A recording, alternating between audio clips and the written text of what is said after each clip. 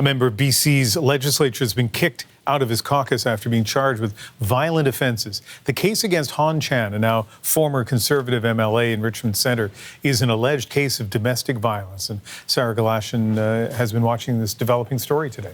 And we learned of these charges today. Hon Chan, MLA, as you say, has been charged with assault, with choking and uttering threats. And this file, it's designated a K file. And what that means is that this is a case of either intimate partner or domestic violence.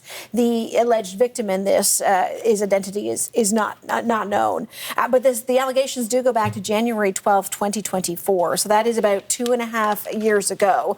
There was CBC reached out to Hon Chan's office. His constituency office did provide a statement, an unnamed statement.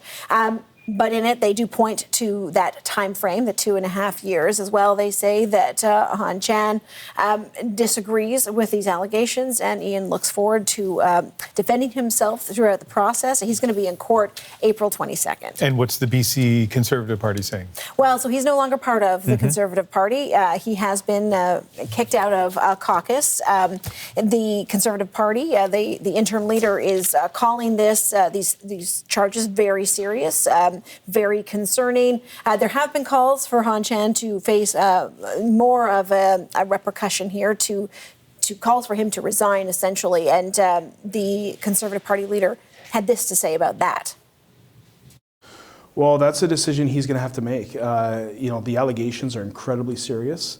They're very troubling, they're very disturbing, and he's going to have to make that decision himself. And again, he's no longer with our caucus, so those choices are going to be made by him.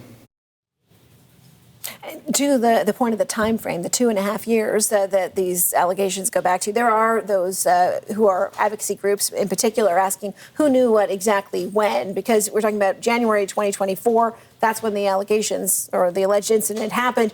August 2024 is when Chan was elected to office in opposition, and he was a critic, so a high level within that. And then in June 2025, that's when the special prosecutor was apparently put in place to investigate this. And it's only yesterday that the party leader says that Chan got in touch and said that these charges were coming. So some questions here. Yeah, huge question about that time frame. Sarah, thank you.